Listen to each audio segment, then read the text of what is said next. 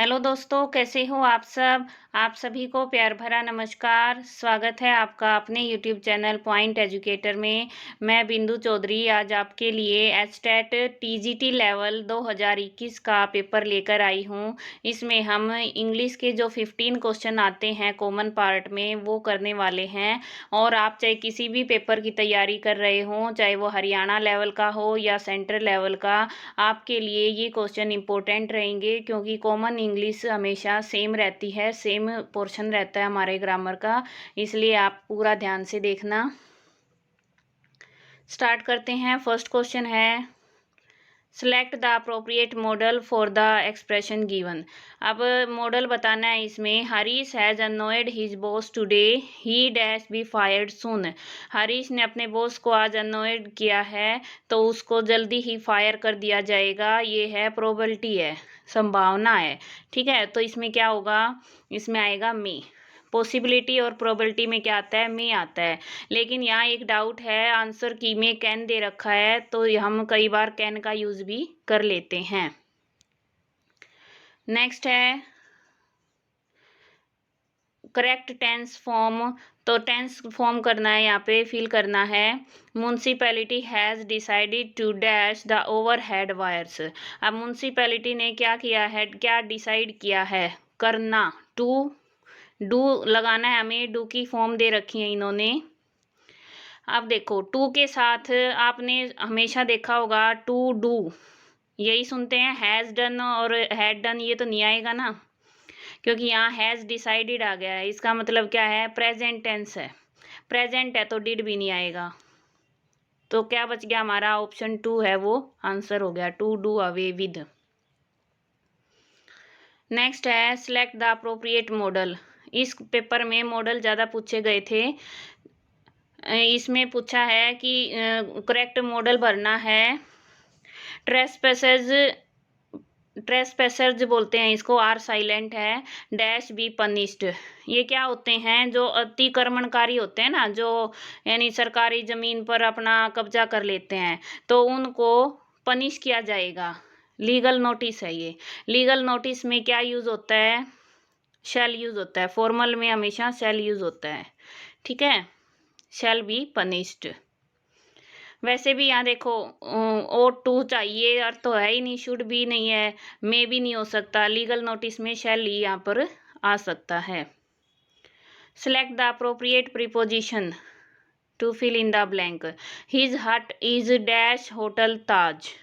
अब इसकी हिंदी बना के देखो, उसका जो हट है वो होटल ताज के कहाँ होगा। अब वो ऊपर होगा क्या, नहीं ना, आउट, बिसाइड्स और बिसाइड। अब इन दोनों में कंफ्यूजन रहेगा। ये बिसाइड्स होता है ना, इसका मतलब होता है के अलावा। ठीक है, और बिसाइड होता है पास में, नियर, बगल में। तो यहाँ क्या आना चाहिए, होटल ताज के वो बगल में है तो ये बिसाइड आएगा। ठीक है, नेक्स्ट है choose the correct meaning of the underlined words. The law and order situation will only become worse in the state due to the riots. Riots होते हैं दंगे, तो दंगों के कारण स्टेट में जो कंडीशन है, सिचुएशन है लॉ एंड ऑर्डर की, वो वर्स यानी बहुत बुरी हो गई है। ठीक है, if the government does not do something, अगर गवर्नमेंट ने कुछ नहीं किया राइट नाउ अभी, to nip it in the bud. अब किसी को ये नहीं आता भाई इसका मीनिंग निकालना है, तो इसका अगर आपको थोड़ा सा भी पता है, निप क्या होती है, निप होती चुटकी, बड होती कली। तो कली यानी खिलती हुई। तो प्रॉब्लम जब शुरू हो ना उसी टाइम उसको कुछ स्टॉप कर दें तो क्या हो जाएगा, इसका मतलब इससे बिलोंग कर रहा है। ठीक है, ये यही कह रहे हैं ना कि भाई दंगों के कारण स्टेट में सिचुएशन है वो बुरी बनती जा रही, वर्स होती जा रही है। तो क्या करें, उस सिचुएशन को स्टार्टिंग में ही कंट्रोल करें। तो इसमें ऑप्शन देखो, to plan in detail, to stop, detail में तो है ही नहीं। बड क्या होता है, कली होता है, बिना अध खिला फूल। To destroy the problem in the initial stage only, to arrest the culprits, to stop something harmful in the initial stage. तो अब डिस्ट्रॉय तो कर ही नहीं सकते, उसको स्टॉप कर सकते हैं, रोक सकते हैं। तो क्या आ जाएगा, ऑप्शन 4 हमारा राइट आंसर हो जाएगा, to stop something harmful in the initial stage. Clear हुआ? तो क्वेश्चन अगर आपको नहीं आता ना, तो उसकी हिंदी बनाने की कोशिश किया करो और हिंदी से उसका अर्थ निकालने की कोशिश किया करो। Select the correct option phrasal verb for the underlined word. अब इसमें फ्रेजल वर्ब का यूज करना है।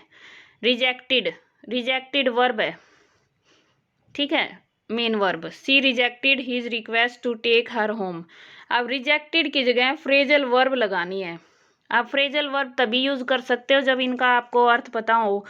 तो इनका अलग अलग होता है, जैसे टर्न अप होता है पहचानना, पहुंचना, सॉरी पहुंचना या प्रकट होना, ठीक है, स्टार्टिंग में टर्न अप। ये है रिजेक्टेड। रिजेक्टेड क्या होता है? अस्वीकारना, रिजेक्ट कर दिया भाई, तो ये होगा टर्न डाउन। इसका ऑप्शन क्या होगा? टर्न डाउन, यानी ठुकरा दिया, ठीक है। और टर्न आउट का मतलब क्या होता है? टर्न आउट कितनी हुई भाई, यानी उपस्थित कितने थे लोग, कितनी संख्या थी वहाँ पे मेंबर्स की। और टर्न ऑफ क्या होता है? टर्न ऑफ होता है जैसे सड़क में कोई ऐसे होता है ना, साइड से गली निकल रही हो भाई, टर्न ऑफ आएगा, तो ये टर्न ऑफ। और टर्न ऑफ होता है ये काम उत्तेजित होता है। और इस तरह से इनका मीनिंग बदल जाता है जब फ्रेजल वर्ब में यूज करते हैं। तो यहाँ पर क्या आ जाएगा? टर्न डाउन, ठुकराना। Choose the correct option to fill in the blank.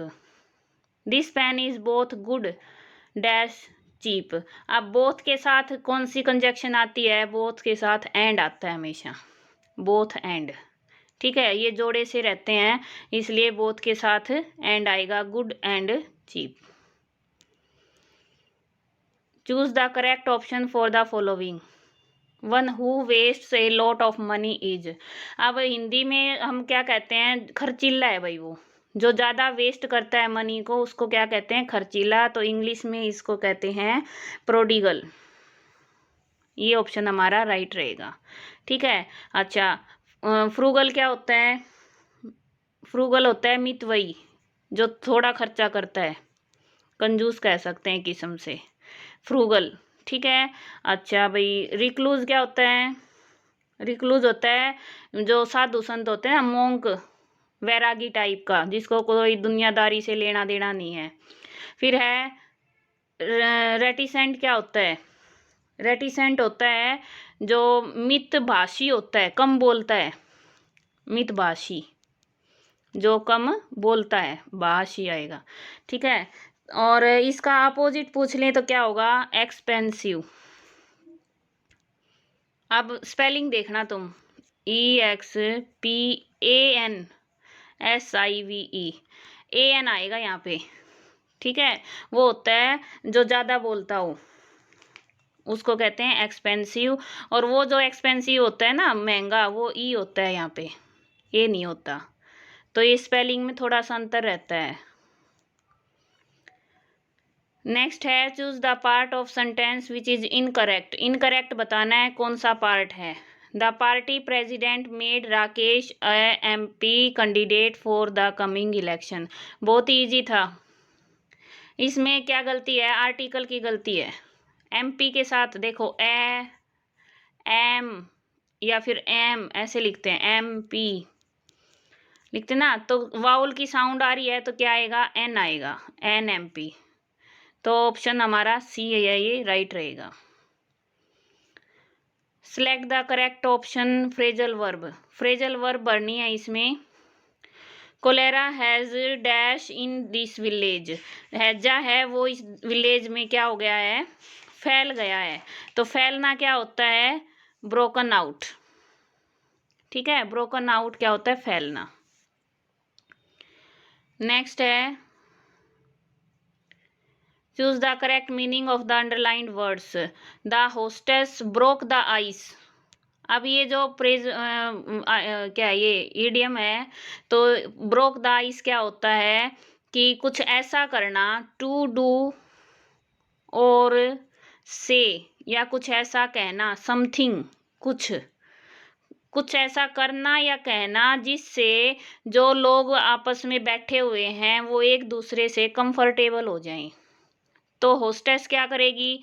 जब कोई सफ़र कर रहा है, स्ट्रेंजर्स हैं, तो उन सब को इंट्रोड्यूस करवाया ईच अदर से, तो वहाँ पे ब्रोक द आइस किया उसने, मतलब क्या है, उनको रिलैक्स किया।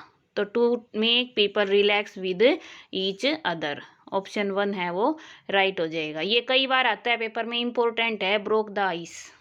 ठीक है, नेक्स्ट है choose the correct tense form to fill in the following. Tense की फॉर्म फिल करनी है। I had consulted my lawyer before I dash the complain. अब इसमें देखो ये क्या आया है, had plus V third, had plus V third. जब आफ्टर और बिफोर, आफ्टर और बिफोर यूज हो जाए सेंटेंस में, तो मैं हमेशा, बिफोर का मतलब क्या होता है, बिफोर होता है पहले, तो बिफोर से पहले हैड प्लस वी थर्ड, और आफ्टर के बाद, आफ्टर का मतलब होता है बाद, आफ्टर के बाद हैड प्लस वी थर्ड आता है। ये याद रखो, बिफोर से पहले हैड प्लस वी थर्ड और आफ्टर के बाद हैड प्लस वी थर्ड आता है, और इसका जो दूसरा ऑप्शन रहता है वहाँ पे V2 यूज होता है, वर्ड की सेकंड फॉर्म। तो इसमें वर्ड की वर्ब की सेकंड फॉर्म क्या है, ये है। समझ आया आपको, बिफोर से पहले, आफ्टर के बाद, हैड प्लस वी थर्ड। अब अगला है, इसमें देखो फिर मॉडल आ गया हमारा, he dash listen to the stories of his grand माँ बिफोर ही स्लेप्ट। अब आप कहोगे बिफोर से पहले हैड, लेकिन हमें तो यहाँ मॉडल भरना है ना, टेंस भरना ही नहीं है, तो मॉडल क्या आएगा, पास्ट हैबिट बतानी है कि सोने से पहले वो अपनी ग्रैंड माँ की स्टोरीज सुनती थी, तो क्या आ जाएगा, हमेशा वुड आता है। ठीक है, पास्ट हैबिट में क्या आता है, वुड आता है। Choose the part of the sentence which is incorrect. He did not keep his words to pick him up from WTP। अब इसमें है ना, ये जो बी पार्ट है इसमें वर्ड्स नहीं आएगा, कीप हिज वर्ड, क्या आएगा, कीप हिज वर्ड, तो ऑप्शन ए है वो राइट रहेगा। ठीक है, नेक्स्ट है what is the time dash your watch. अब जो ये ब्लैंक है, प्रीपोजिशन है, ये बस याद करने की है। कभी भी किसी की घड़ी में टाइम पूछना हो तो कहेंगे what is the time by your watch, यहाँ पे क्या आएगा, बाय। अब बाय योर वॉच का मतलब क्या होता है, ये इडियोमेटिक मीनिंग होता है, इसका मतलब होता है अकॉर्डिंग टू, अकॉर्डिंग टू, कि तुम्हारी घड़ी के अकॉर्डिंग क्या टाइम हुआ है, अकॉर्डिंग टू, इसका मतलब होता है by, time by your watch. Clear हुआ। तो इस तरह से हमने 15 क्वेश्चन कर लिए हैं। कोई भी डाउट है कहीं भी आपको तो आप बता सकते हैं। मिलते हैं नेक्स्ट वीडियो में। और मैंने चैनल पर हिंदी ग्रामर, रीजनिंग, मैथ्स और CDP की वीडियोस भी डाल रखी हैं, आप चैनल पर देख सकते हैं। Thanks for watching. आपका दिन शुभ हो। धन्यवाद।